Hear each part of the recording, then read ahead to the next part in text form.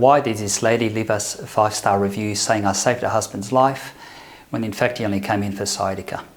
And what's the one question every practitioner must ask every sciatica patient? In this case study, a 37-year-old male presented to Joondalup Chiropractic in extreme pain with sciatica.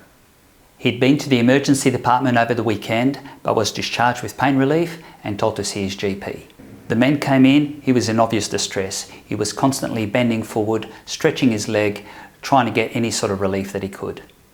MRI images were available as he'd seen a specialist 3 years earlier, and multiple disc bulges appeared, but none were compressing the nerve sufficiently to warrant surgery at the time.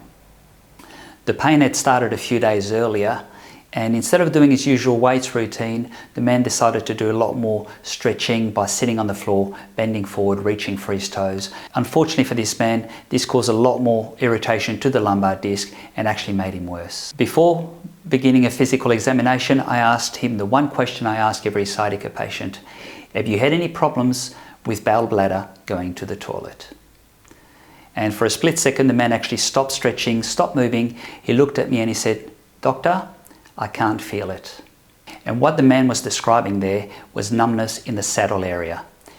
Now, cauda equina is a surgical emergency where a large disc bulge compressing the nerves can cause permanent loss of bowel and bladder control. So I immediately referred him back to the emergency department where he was admitted, and at 11 p.m. that night he had a repeat MRI which actually confirmed the diagnosis of cauda equina, and the man had decompression surgery at 10 a.m. the next morning. So did I save this patient's life? Probably not.